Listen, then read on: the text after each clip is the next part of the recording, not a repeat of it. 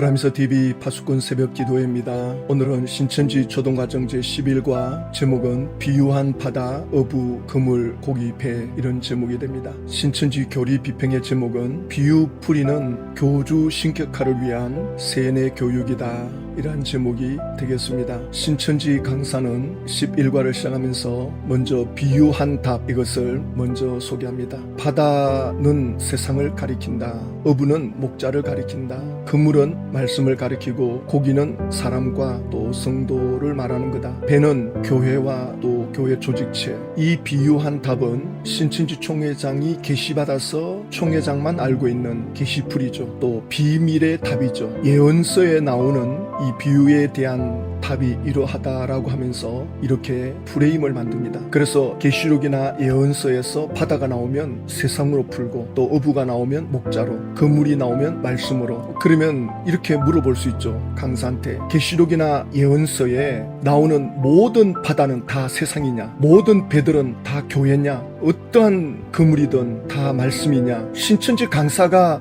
지금 말한 대로라면 그렇다라고 대답을 해야 돼요. 왜냐하면 지금 이게 비밀의 답이거든요. 암호풀이거든요. 어떤 단체에 암호가 주어지면 누구에게나 똑같이 적용이 돼야 되는 거죠. 이 사람한테 다르고 저 사람한테 다르고 여기 갔을 때 다르고 저기 갔을 때 다르고. 그러면 그게 무슨 암호고 그게 무슨 비밀입니까? 그게 무슨 답이 될 수 있습니까? 지금 신천지 강사는 비유풀이를 이렇게 전제로 하는 거는 예언서를 해석할 때 이 비밀의 내용을 적용을 하라는 것 아닙니까? 그러니까 예언적인 내용에서 이 바다, 어부, 그물, 고기, 배는 반드시 세상 목자, 말씀, 사람, 교회로 풀어야 된다. 지금 그걸 전제로 강사가 가르치는 거 아닙니까? 그렇지 않습니까? 그러면 정말 그럴까? 계시록 8장에 가면 신천지 강사가 비유풀이로 이걸 풀죠. 바다 가운데 생명 가진 피조물들의 3분의 1이 죽고 배들의 3분의 1이 깨지더라. 바다는 뭐냐? 생명을 가진 피조물. 이 고기는 뭐냐? 3분의 1이 죽었다라고 하는데 배들의 3분의 1, 이 배는 또 뭐냐? 배들의 3분의 1이 깨졌다. 고기가 3분의 1이 죽었다. 이걸 비유풀이로 해석을 해야 된다고요.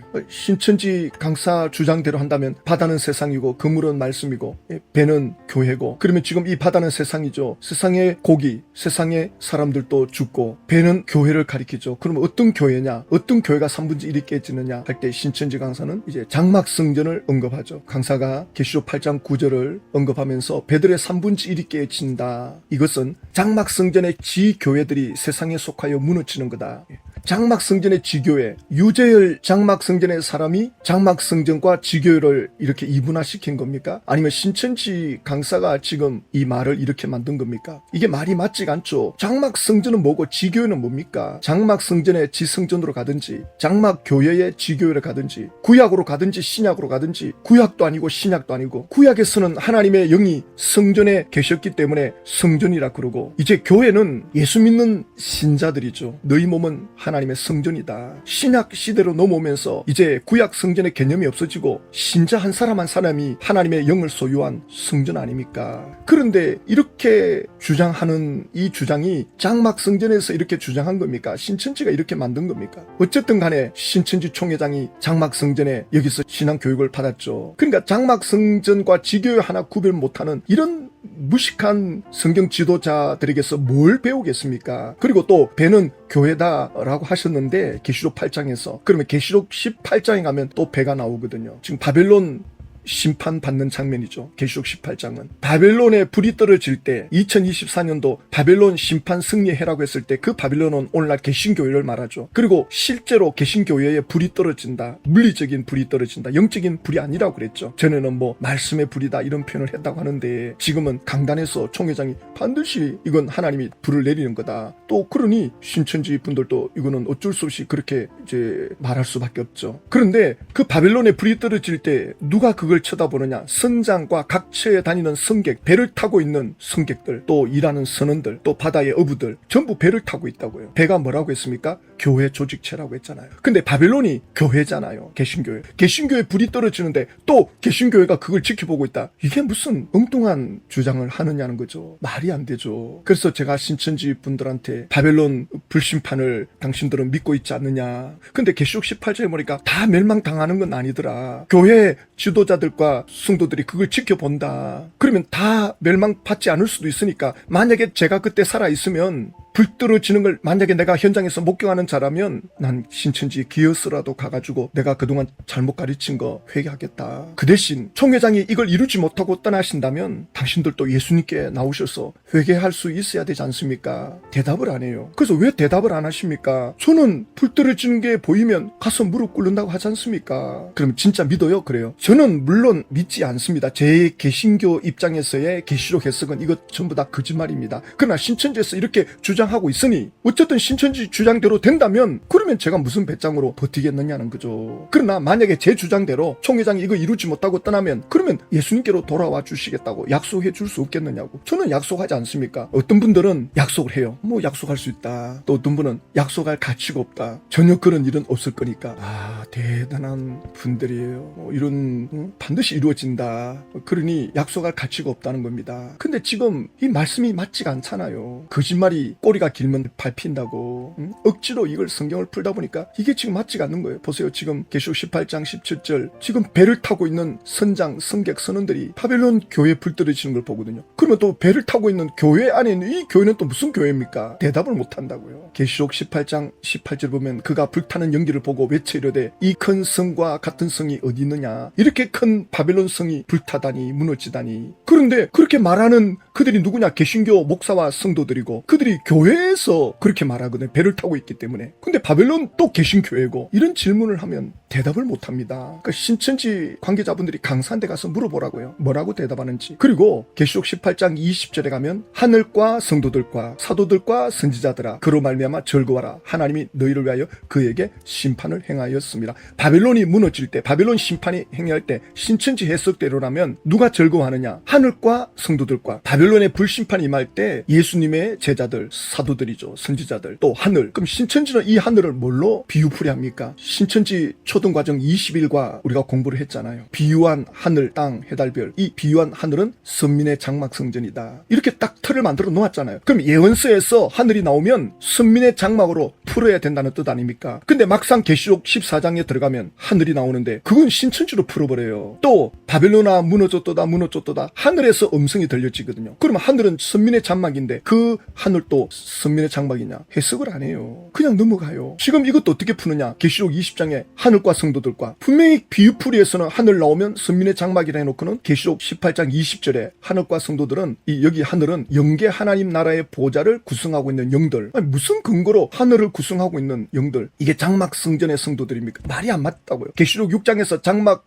성전의 성도들이 해달별이 떨어질 때 어디로 들어가느냐? 개신교회로 다 들어가요. 개신교회로 도망을 갔다 해놓고는 그 하늘이 또 여기서는 전혀 다른 해석을 합니다. 그러면 초등과정 21과에서 하늘에 대한 선민의 장막 비유풀이는 뭐가 됩니까? 예언서에서나 계시록에서 하늘 나오면 이렇게 풀어라. 그렇게 가르쳐놓고는 여기 가서는 또 딴소리하고. 그래서 거짓말이 되는 거예요. 그래서 억지로 해석하는 것이 됩니다. 앞에 말 다르고 뒤에 말 다르고. 둘 중에 하나는 지금 거짓말을 하는 거죠. 이게 못순되는 거죠. 초등과정에서는 하늘은 이렇다 해놓고는 실제로 계시록 18장에 가서는 딴소리하고 계시록 6장에 가서 하늘을 이야기하면 또 장막성전이라 그러고. 그러니까 자기들 그냥 원하는 대로 아전인수격으로 푸는 거죠. 이걸 거짓 계시라 그럽니다. 무슨 이게 하나님께로부터 온 계시입니까? 전혀 맞지가 않는데 억지로 푸는데 왜 이렇게 억지로 풉니까? 결론을 어떻게 내립니까? 신천지로 와야 구원받는다. 그쪽으로 가는 거예요. 총회장의 가르침을 받아야 뭐 천국 백성 되고 뭐 입 맞는다 그러죠. 그럼 우리 개신교는 어떻게 풉니까? 개신교는 그렇게 틀을 만들면 안 돼요. 성경의 기본도 모르는 겁니다. 이런 비유풀이는 전부 이단들이 하고 있죠. 자기들이 원하는 그 목적을 달성하기 위해서. 통일교도 전부 이런 식으로 비유풀이 하잖아요. 이 비유풀이가 통일교와 똑같아 내용이. 그러니까 유튜브에 들어가서 통일교 강사들이 계시록 강의하는 건 보라고요.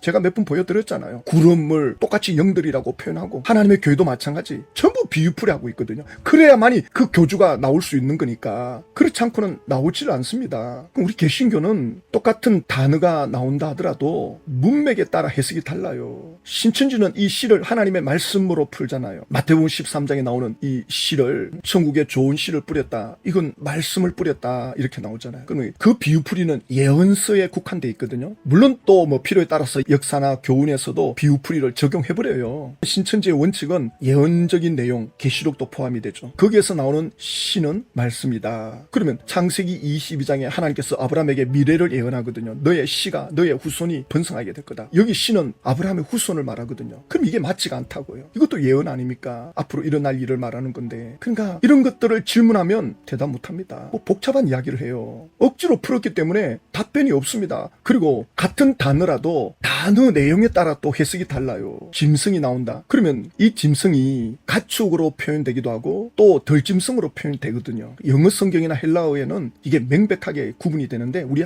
한국은 이게 같은 표현될 때가 많아요. 가수원에 가서 배나무에 배를 먹는 것과 바다에 가서 배를 타는 것과 병원에 가서 배를 만지는 것, 이게 각각 다르잖아요. 그러니까 그 배가 바다의 배냐, 가수원의 배나무의 배냐, 병원에서 진찰하는 배냐, 그 상황에 따라 해석이 달라지는데 신천지 이거 다 무시해버린다고요. 지금 이렇게 해석하고 있는 거예요. 예레미야 31장에 보라, 내가 사람의 씨, 짐승의 씨를 이스라엘 집과 유다 집에 뿌릴 날이 이르리라. 이 짐승은 애니멀로, 가축으로 나오거든요. 그리고 실제로 이게 70년 만에 이루어졌고, 그런데 신천지는 이것이 마태복음 13장에 이루어지는 거다. 이 짐승은 마귀의 씨로 표현해가지고. 근데 요한계시록 13장에 가면 내가 보니 바다에 산 짐승이 나오는데 이 짐승이 진짜 짐승이죠. 그런데 이 짐승과 예레미야 31장에 나오는 짐승을 같이 풀어버리는 거예요. 신천지 비유풀이는 전부 자의적입니다. 자기들 마음대로 푸는 거예요. 자기 목적 달성을 위해서. 총회장에 게시받아서 푸는 비유풀이는 자기 욕망을 이루기 위한 또 다른 성경책을 만드는 것과 똑같습니다. 통일교가 성경책보다 문선명 교주가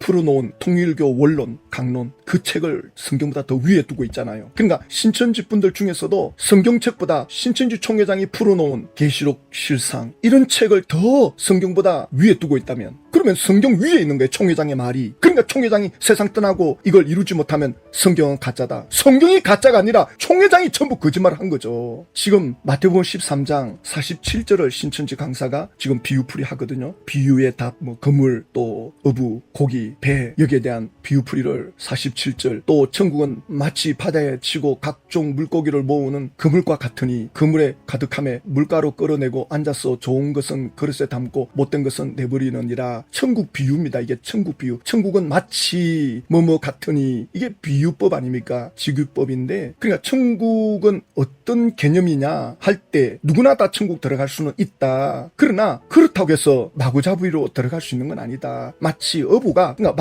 아주 쉽게 설명해 주는 거죠. 지금 갈릴리 주변에 있던 사람들이기 때문에 이거 단번에 알아듣죠. 어부가 고기를 잡았는데 다 가져가느냐? 그게 쓸모없는 것들은 다 다시 버리잖아요. 먹지도 못하고 상품 가치도 없고 그런 것들은 바다에 던지든가 버리든가. 천국도 마찬가지다. 누구나 다 예수 믿는다 그러고 오는 것 같지만 가짜가 있다. 마태복음 7장에서도 예수님이 거짓 선지자, 주여 주여 하는 자, 내가 도무지 너를 모르겠다. 말로는 주여 주여 했는데 실상은 전혀 예수님 뜻대로 살지 않은, 예수님과 상관없는 자기 욕망, 자기 야망으로, 자기 교만으로 예수님을 이용한 이들이 많이 있죠. 그들은 천국 못 들어간다. 그 말씀 아닙니까? 그러니까 비유는 한 사건에 하나의 주제만 다루는 거거든요. 근데 신천지는 이걸 어떻게 다루느냐? 이걸 다 헤쳐나요. 바다는 세상이고 여기 사람은 성도들이고 그물은 말씀이고, 이렇게 하나씩 풀어 헤쳐놓습니다. 왜 이렇게 헤쳐놓느냐? 자기들이 원하는 대로 해석하려고. 이걸 알레고리 해석이라 그러죠. 비유는 그런 게 아닙니다. 비유는 한 주제만 거기서 적용을 하는 겁니다. 가지 많은 나무, 바람 잘 날없다, 도랑치고 개 잡고. 그러면 한 분 일하고 2가지 수확을 얻는구나. 또 자녀가 많으면 때로는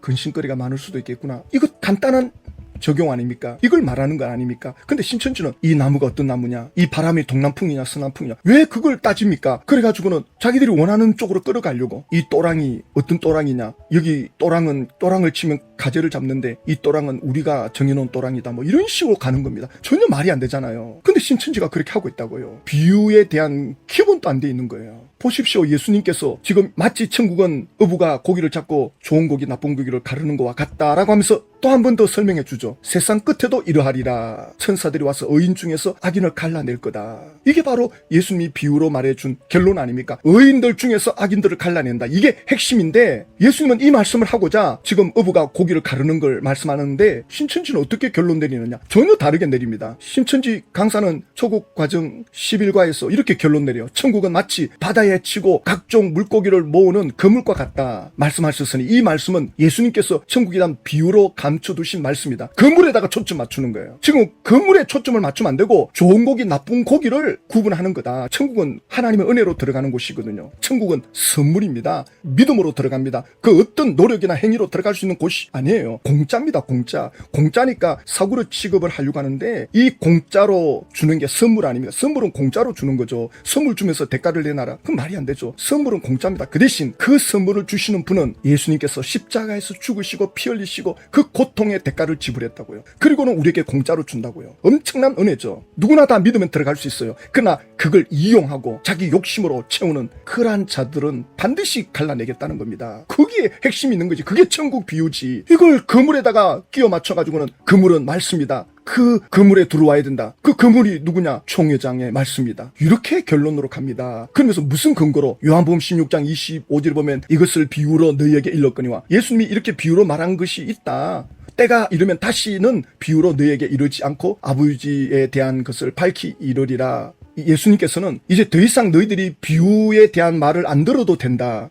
다시는 비유로 너희들에게 가르치지 않아도 되는 때가 온다. 지금까지는 내가 너희들에게 비유로 말했지만 예수님은 이 말씀이거든요. 이제는 더 이상 비유로 하지 않아도 된다. 신천지 총회장은 바로 이것이 우리에게 이루어졌다. 총회장이 이제 이 비유로 다 풀어줬기 때문에 더 이상의 비밀은 없다. 이제 그 비밀은 다 드러났다. 신천지 오면 이 비밀을 다 알게 된다. 이렇게 가잖아요. 그러나 예수님은 제자들에게 이제 너희들은 더 이상 이제 이게 비밀이 안 될 거다. 이제 이 때가 오면 다 가르쳐 줄 거다. 쉽게. 바로 그 때가 언제냐? 성령님이 오시는 때입니다. 고린도전서 2장 10절에 성령이 오시면 그 성령님은 하나님의 깊은 것까지도 통달하시느니라. 또 고린도전서 2장 12절에도 하나님이 우리에게 은혜로 주신 것들을 성령께서 알게 하심이니라. 성령님만이 하나님의 그 깊은 뜻을 깨닫게 해주십니다. 그러니까 성령님이 가르쳐 주십니다. 누가복음 12장에도 너희들이 박해자들에게 붙잡혀 갈 때 무슨 말을 할까 걱정하지 마라. 할 말을 주실 거다. 또 요한복음 16장에도 성령님 오시면 너희들을 가르치고 생각나게 할 것이다. 예, 성령께서 우리 영 안에 들어오면 영의 세계를 볼 수 있는 눈을 열어주죠. 말씀을 깨달을 수 있는, 그래서 이 말씀을 통해서 예수를 믿을 수 있도록 성령께서 이끌어 주십니다. 바로 그것이 오순절 다락방에 성령님이 오신 사건 아닙니까? 그 성령을 받은 제자들이 나가서 제일 먼저 하는 것이 예수를 전합니다. 그러니까 성령을 받으면 제일 먼저 나타나는 것이 예수님에 대해서 보는 눈이 달라집니다. 예수님을 전하게 되고 예수님을 구원자로 전파하게 되고 예수님을 따라가게 됩니다. 성령님이 예수님에 대해서 소상하게 알려주십니다. 그쪽으로 성령님은 우리 안에서 일하시고 역사합니다. 그래서 베드로가 회개하라, 예수를 믿어라, 죄사함 받으라, 그러면 성령을 선물로 받는다. 근데 신천지는 이걸 좋은 고기에다가 끼워 맞춰가지고는 좋은 고기는 말씀을 듣는 거고 말씀을 듣는 거는 천국 백성이 되는 거다. 그러면서 천국 비밀, 비유를 알지 못하는 자 천국에 못 들어간다. 이렇게 결론을 내립니다. 신천지로 와서 총회장에게 가르침을 받으라는 거 아닙니까? 이게 바로 자의적인 해석이고 계시록을 가감하는 거죠. 사도 베드로는 다른 이로서는 구원받을 수 없다. 천하 사람 중에 구원받을 만한 사람 이름을 인간들에게 준 적이 없다. 준 일이 없다. 예수 외에는 구원이 없다. 근데 신천지 총회장은 그 예수님의 영이 내게 왔다. 더 이상 이제는 예수 믿고 구원받는 시대는 끝났다. 예수님은 그렇게 말씀한 적도 없고 제자들도 그렇게 말씀한 적이 없습니다. 더더군다나 계시록 18장 19장 이루어진다? 이 전부 거짓말입니다. 아무것도 이루지 못하고 세상 떠날 겁니다. 근데 신천지가 와야 될 때 신천지에서 나오는 분들이 많겠죠. 속았구나. 더 이상 뒤도 안 돌아보겠다. 그걸로 끝내지 마시고 1992년도 휴거 사건 났을 때 신천지하고 지금 똑같은 사건 아닙니까? 곧 이루어진다 했는데 안 이루어졌거든요. 불발됐거든요. 신천지도 마찬가지입니다. 인간적인 정의에 끌려가지고 지금 진리를 거스리면 안 돼요. 그리고 나만 신천지 나오면 됐다. 그러지 마시고 신천지를 남겨놓으면 반드시 신천지는 통일교처럼 하나님의 교회처럼 또 교리 변개시켜가지고 사람들을 지옥으로 끌고 간다고요. 나만 거기서 나오고. 물론 신천지에 나와가지고 신앙생활 안 하는 분들은 할 말이 없어요. 뭐 아무것도 안 믿겠다는데 뭐 어떻게 하겠어요. 그러나 신천지를 나와서 예수님을 믿겠다고 하는 분들은 여기에 대한 빚진 자의 심정을 가져야 돼요. 사도 바울처럼 나는 복음의 빚진 자다. 이런 심정으로 신천지가 뿌리 내리지 못하도록 그냥 신천지 나온 분들이 수가 더 많으면 한결 수월해요. 그래서 신천지 건물에 대한 재산 분할 청구를 해야 됩니다. 그래서 완전히 뿌리를 뽑아야 돼요. 그렇게 힘만 모으면 할 수 있는 건데 각자 흩어져 버리면 이게 아무것도 안 됩니다. 그러나 그때는 이게 가능했거든요. 바로 그 현장에서 안 이루어졌기 때문에 거기 모여있는 사람들이 바로 지금 소송을 걸어가지고 전부 지도자들 감옥에 보냈잖아요. 똑같은 일이 지금 대한민국에서 일어난다고요. 지금. 근데 신천지는 워낙 이게 진화가 돼가지고 이런 것들이 일어날 걸 알고는 철저하게 사람 단속을 하는데 안 됩니다. 내버려 두면 안 됩니다. 이거 막아야 됩니다. 기도하겠습니다. 하나님 아버지, 신천지 총회장은 지금까지 비유풀이를 사람들을 세뇌 교육시키는 도구로 활용하고 있습니다. 이 신의 가르침입니다. 신천지가 와야 될 때 더 이상 사람들이 신천지를 따라가지 않도록 막아주십시오. 그리고 신천지를 나오는 분들이 기도의 파수꾼이 되고 전도자의 파수꾼이 되어서 신천지가 더 이상 뿌리 내리지 못하도록, 신천지 계시록을 더 이상 사람들에게 가르치고 지옥으로 끌어가지 못하도록 이 일을 막는 역할을 할 수 있도록 하나님 은혜를 베풀어 주시옵소서. 예수님의 이름으로